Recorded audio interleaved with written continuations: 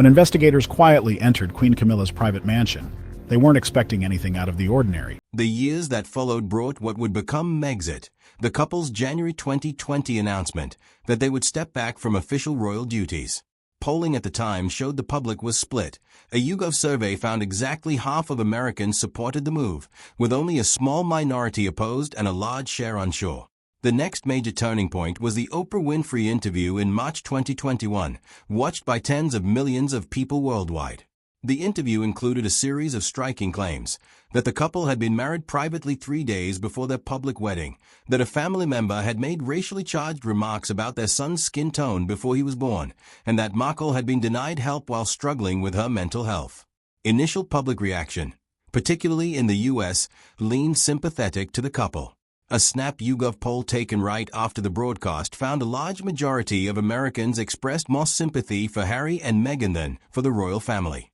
That sympathy didn't hold indefinitely. Some specific claims from the interview were challenged by journalists who pointed to the couple's documented schedule of royal engagements and travel during the period Markle described as restrictive, which created friction with parts of the narrative as originally told. Over the next 2 years, as the couple released the Netflix documentary series Harry and Meghan and Prince Harry's memoir Spare, 2023, public commentary increasingly split along a recurring fault line. Some commentators and members of the public saw the disclosures as continued honesty about a genuinely difficult experience, while others, including a number of media commentators, argued the volume and commercial packaging of the revelations sat uneasily with the couple's earlier stated desire for privacy. That tension was explicit enough to become a subject of satire, including a 2023 South Park episode built around the idea of a royal couple seeking privacy by means of maximum publicity. Polling captures this shift with some precision. YouGov data showed Markle's favorability among Americans was solidly positive in late 2020, around the time of the Netflix deal announcement. After the Oprah interview, sympathy ran heavily in the couple's favor in the immediate aftermath. But by 2022, and especially after the 2023 release of Spare, her numbers among American respondents had dropped meaningfully, even though she remained net positive in the U.S. throughout this period. In the UK, the decline was sharper and pushed her favorability into negative territory for a stretch. By mid to late 2025, YouGov's Royal Family Tracker placed Markle among the least popular senior royals in Britain, well behind figures like Princess Kate or Prince William, while US polling from outlets like Ipsos in 2024 showed a more divided but less negative picture, with closer to even splits between favorable and unfavorable views. Commercially, the picture in 2025 has been mixed as well. Reports indicated Netflix would not be renewing its original format deal with the Sussexes in the same terms, citing underwhelming performance for some of the content, even as the company confirmed an extended, restructured partnership covering future film and television projects along with continued support for Markle's lifestyle brand, As Ever, which has reportedly sold out quickly when products launch. Commentary on Markle today tends to split less along a single axis and more into genuinely different interpretive frames. Some writers and audiences see a woman who has been treated with disproportionate hostility, including arguments that race played a role in how she was covered compared to other royal spouses, and who has tried to build something of her own after leaving an institution she's described as unsupportive. Others see a pattern of stated desire for privacy that hasn't matched a steady stream of media appearances, books, and shows built around that same personal story, and argue the disclosures function as much as a business strategy as a personal reckoning. Both readings show up regularly in mainstream coverage, and serious analysts on both sides tend to acknowledge that her situation is genuinely contested rather than a settled question with one obvious right answer. Helen Mirren's actual record shows a performer who approached the Queen through years of research, grew into real affection for the person she was portraying, and has spoken about that role with consistency and warmth for nearly 2 decades, without using it as a platform to criticize other public figures.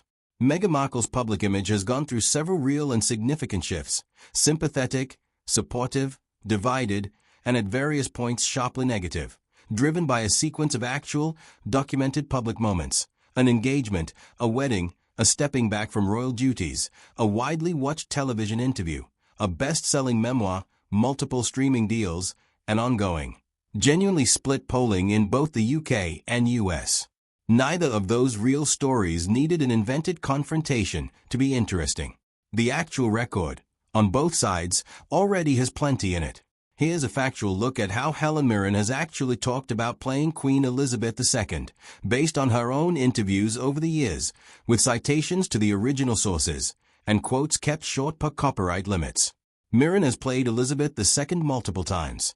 In the 2006 film The Queen, which won her the Best Actress Oscar, in the stage play The Audience, and discussed the role extensively in interviews afterward. What comes through consistently in her own words is that her relationship to the role was rooted in research rather than personal politics.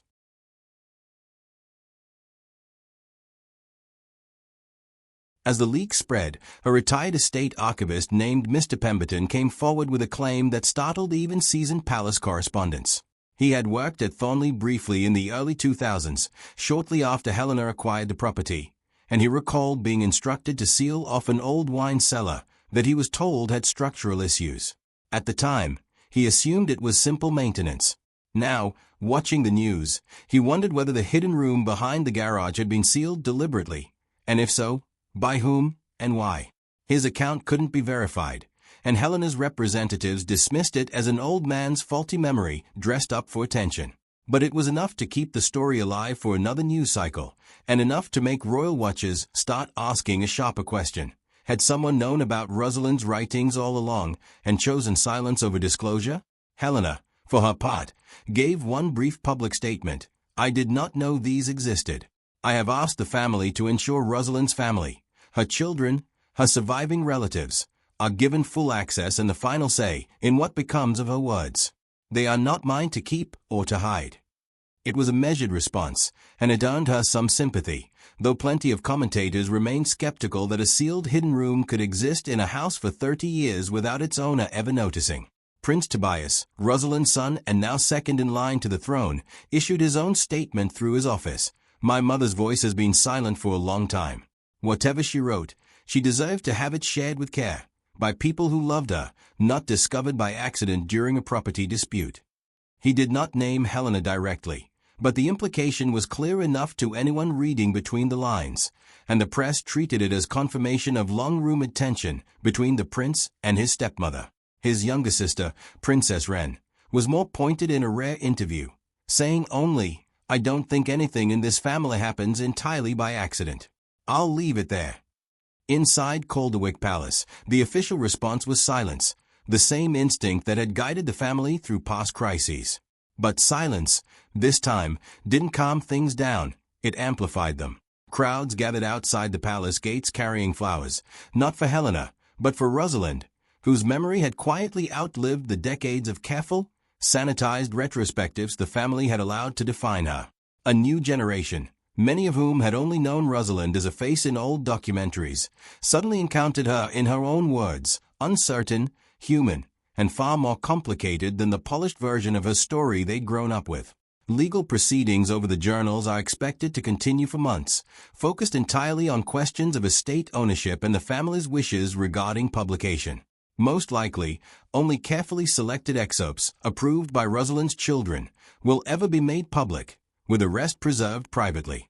King Edmund, according to palace sources, has asked that no further details be released until the family has had time to process what was found, a request that, for now, the broader public seems willing, if impatiently, to respect. What the Thornley discovery really exposed wasn't a conspiracy or cover-up. It was something quieter and, in its way, more affecting: how easily a person's private inner life can be paved over by decades of public narrative, and how a few pages in a forgotten chest can undo all of that work in an afternoon. Rosalind, who spent her short public life being interpreted by everyone except herself, finally got to speak again, even if only by accident, even if only in fragments, even if the world will likely never see most of what she wrote. Whatever happens to the rest of those letters, one thing has already changed. For 30 years, Rosalind existed in the public imagination as a symbol, tragic, beautiful, frozen in time. Now she exists, if only briefly, as herself, anxious, reflective, funny in places, sad in others, fully human. And no legal ruling about ownership or access can put that version of her back in the dark. A much larger and better documented archive comes from Julian's Auctions, which has assembled what it describes as the largest collection of Princess Diana items put together in over 25 years, including handwritten letters, thank you notes, and signed holiday cards. Several of these trace back to Maud Pendry, a former housekeeper at the Spencer family home at Althorpe, who first put items up for sale in 2002. One letter, dated October 21, 1981, just months after Diana's wedding, reads in part, she had enclosed a small memento of the wedding day and hoped the Pendrys would like it. Another, from December 1986, was a condolence note Diana sent on Kensington Palace letterhead after Mr. Pendry's death, closing with a handwritten line offering her thoughts, prayers, and love. A separate letter in that same collection, written to Diana's beautician and friend Janet Filderman in July 1988, captures a more playful, informal side of her. In it she thanked Filderman effusively for a gift, a letter opener, and joked about being this newly appointed 27-year-old, clearly touched by the gesture. A separate letter, sent to a Buckingham Palace footman named Mark Simpson in 1981, is even more candid. Diana wrote about how lonely her early days at the palace had been, thanked him for his company and patience, and joked about missing her bowls of cereal, signing off with warmth and a drawn smiley face. Simpson had been present at her wedding and was photographed with the couple afterward, which helped establish the letter's authenticity. Perhaps the most historically significant batch of letters to surface concerns the final months of Diana's life. In 1997, just weeks before her death, Christie's in New York auctioned off 79 of her dresses, a sale that became a major media event. Diana's letters to Elizabeth Tilburis, then editor-in-chief of Harper's Bazaar, document her reaction to that auction in real time.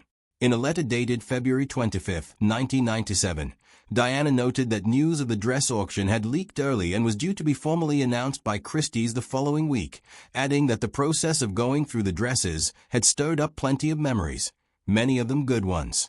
After the auction concluded that June, she wrote to Tilburis again, marveling at how much money the sale had raised and joking that Americans could always be relied on for their generosity.